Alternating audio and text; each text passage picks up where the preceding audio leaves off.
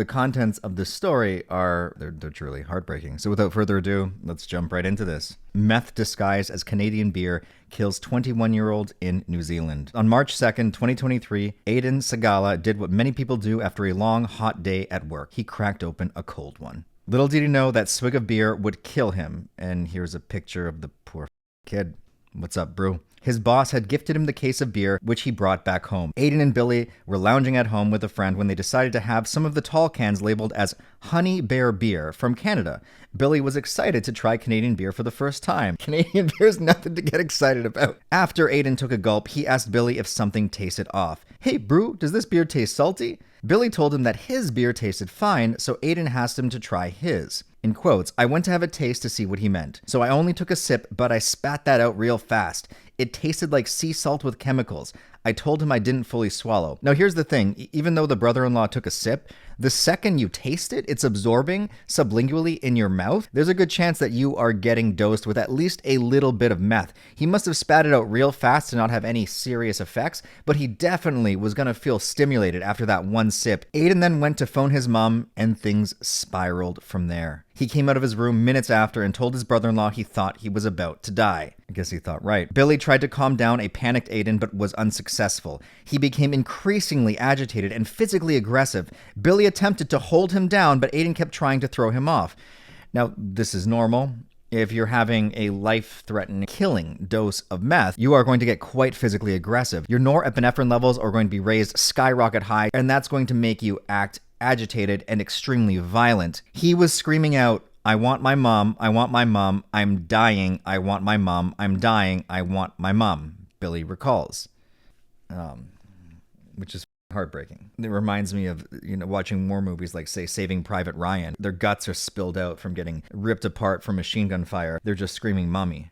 It's terrifying. This story breaks my heart. Aiden's mom listened helplessly as he hadn't hung up the phone yet.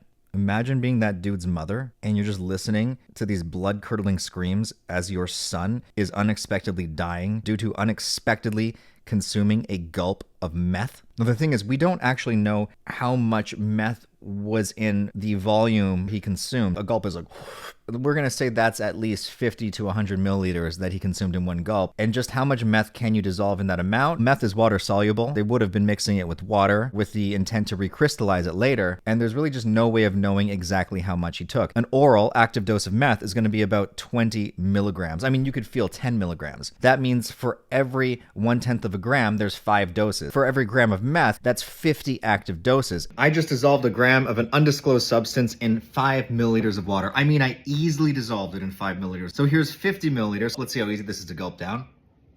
Relatively easy. This was just water. This would be equivalent to 10 grams. That's 500 active doses. In a panic, Billy called his wife Angela, who rushed home to try to help her brother. He said to me, sis, I'm dying. And I said, you are absolutely not dying. Not today, not on my watch. Aiden's face turned blue. His sister called an ambulance, but it took an hour for paramedics to arrive. Are you serious, New Zealand? 1 bloody hour. Not that it would have really made any form of a difference if they got there sooner, but 1 hour to arrive when dude is overdosing unexpectedly on an unknown compound? It's beyond unacceptable. Aiden fell into a coma and died 5 days later.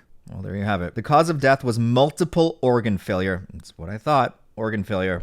From a lethal dose of methamphetamine, an illegal and highly addictive synthetic stimulant. It is synthetic, but it's related to ephedrine, which comes from a plant, and a lot of people actually start with ephedrine, or more usually pseudoephedrine, as a precursor to make meth. In fact, you can make something called shake and bake meth with the shells of batteries and a few other hardware store ingredients. And that's often why they blow their faces off, because if you shake it too hard, it's going to blow up in your face. That single can of beer that Aiden drank from would unravel a massive transnational drug smuggling ring with networks in India, the United States, and Canada, the largest meth bust in New Zealand history. Once New Zealand police began investigating Aiden's death, their case led them to a storage unit in Auckland, which they subsequently raided. Authorities estimated to have discovered around 700 kilograms of liquid methamphetamine. Police say Baltej Singh, the owner of a local supermarket, had imported large amounts of meth disguised as beverages into New Zealand in recent years. They included shipments of kombucha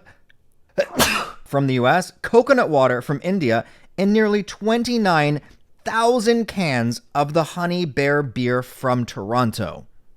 Aiden's boss, a man named Himatijit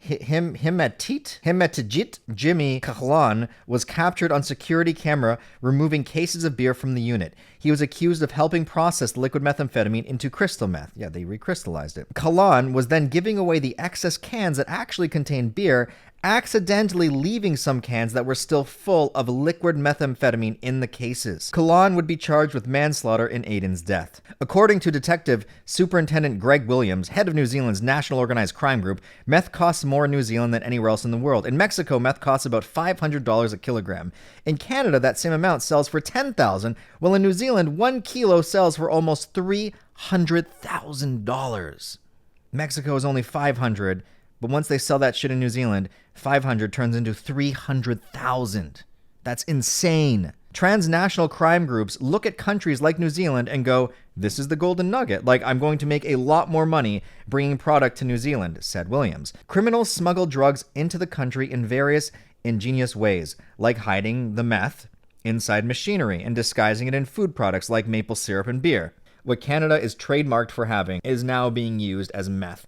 Imagine you're just eating your pancakes in the morning with your kids, drizzling the maple syrup over it, but really, it's maple syrup mixed with meth? Well, no, it's not actually meth mixed in maple syrup. It's meth mixed in water that is so concentrated that it looks like syrup. If I was living in New Zealand right now, I would be scared to even drink maple syrup or any beer that looked like it was from Canada for that matter. But what I wouldn't be scared to do is check out this video's sponsor, Merrick Health. What they are is a hormone optimization clinic. They are going to do your blood work and tell you what you're deficient in, and then give you this big laundry list of vitamins that you can take to help get yourself up to optimal levels. I mean, if you feel like your energy is in the pit, you're not waking up with morning wood anymore, there is a really good chance that you have a hormone deficiency. I personally had a huge hormone deficiency. My testosterone was in the gutter, which is why I went on TRT. Now, I cannot recommend that anybody watching also goes on TRT, but if you are a man, you are probably aware that in our society, testosterone levels have plummeted from even 20, 30 years ago. We're just going down and down. Maybe it's something in the plastic. I don't really know what is causing it, but I do know that getting your levels checked and seeing where you're at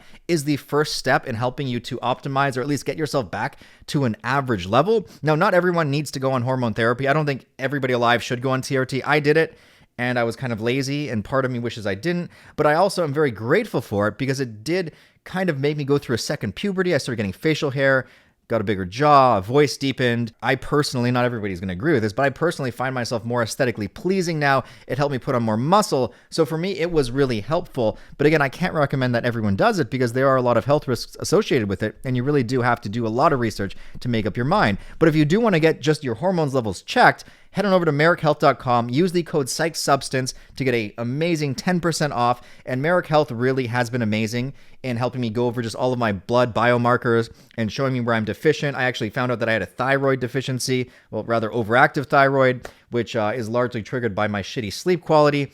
And they also were able to prescribed for me just a list of vitamins that I could take to get healthy. It's not just all about going on TRT. There's things you can naturally do. The guys they have working for them are more knowledgeable than any doctor I have ever visited. And prior to them, I was seeing a doctor for my, blood work and to get my levels constantly reassessed. Because when you go on TRT, you need to take blood work at least every 6 months to make sure that you're still healthy and, you don't have to go donate blood or something. Anyway, head on over to Merrick Health, use the code PsychSubstance, get 10% off.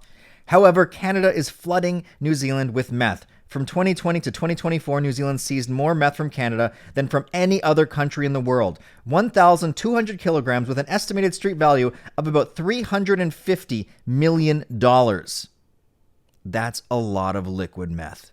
According to an RCMP intelligence document, international gangs, including Mexican cartels, are increasingly using the port of Vancouver as a launching point for shipments of methamphetamine bound for countries like New Zealand and Australia, where it fetches a far higher price, which is crazy. I lived in New Zealand, and to give you an estimate on how everything is insanely more expensive in New Zealand, say you want to buy a tab of acid in Canada or the States, it goes for on average $10 a tab.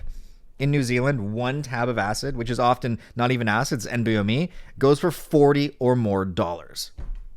In 2023, a particularly busy year, New Zealand customs agents seized over 800 kilograms of meth exported from Canada, which is more than any other country. Again, in 2024, Canada topped the list for methamphetamine seizure in New Zealand, with 174 seized shipments originated from Canada. New Zealand is in the grips of a meth crisis. Wastewater testing suggested that meth consumption almost doubled from 2023 to 2024. According to Detective Superintendent Greg Williams, his team has noticed a sizable upward trend of meth coming from Canada in the last several years. Organized crime is setting itself up in places where it believes it can produce tonnage and then believes that it can ship from those countries, said Williams. There was just this tonnage coming our way from Canada, he added. Police arrested Singh at Auckland Airport, where he was on his way to board a flight to Dubai that he booked the same day. He was sentenced to 22 years for importing methamphetamine, possession of methamphetamine supply, importing ephedrine, and possession of cocaine for a supply. We all know why he was importing that ephedrine. Like I said, they can use ephedrine to make meth. Meanwhile, no one has been charged in Canada for their role in exporting liquid methamphetamine that killed Aiden, something that his brother-in-law finds unimaginable. I don't know how to reply to that story. That's heartbreaking. That whole thing of him crying for his mom as he's overdosing and dying and then turning blue is absolutely heartbreaking. I've been someone who has accidentally been dosed with the wrong substance multiple times. Hell, my last video that happened to me. If you want to see how I got dosed with the wrong thing, check out my last video. But I can't imagine taking a sip of beer and accidentally consuming dozens, maybe hundreds of doses of meth. It is being made and distributed from Canada, from the port of Vancouver. And if you know anything about Canada, most of the drugs are actually made on Vancouver Island, which also has a huge drug problem of their own. A lot of people doing the fent walk on the streets, begging for money and just getting more and more hunched over as they walk around like zombies. You got to test your beer. What are you going to do? Sell test kits? Hey guys, before you drink your beer, make sure you test it with the Marquis Mech and Mandolin reagent to make sure that it's not actually meth in disguise. Like, fudge. I don't know what to say about this.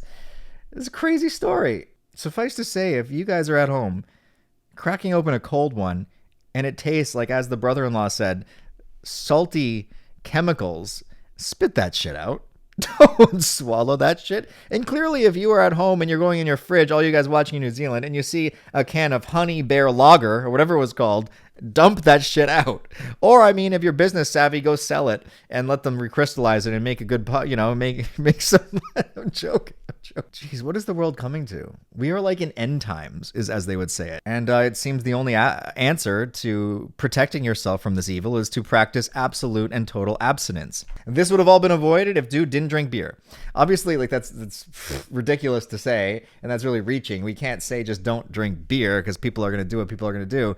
But man, it's almost like one of those unavoidable situations where you're searching for some kind of way to remedy it, but there's no remedy in sight. You know, there's no antidote for consuming a gulp of meth and having hundreds of doses flood your freaking brain at the same time. There's just there's no way around that. The kid was just doomed. If you enjoyed this video, make sure you leave it with a big thumbs up and subscribe to the channel for more. If you want to see the videos that we can't show on YouTube, head on over to our Patreon page where I post Patreon exclusive stuff that you can't find anywhere else. Link below. And of course, huge shout out and thank you to this video's sponsor, which is Merrick Health. Let me know in the comments below if you want to hear more stories like this, and I will see you guys all in the next one. Cheers.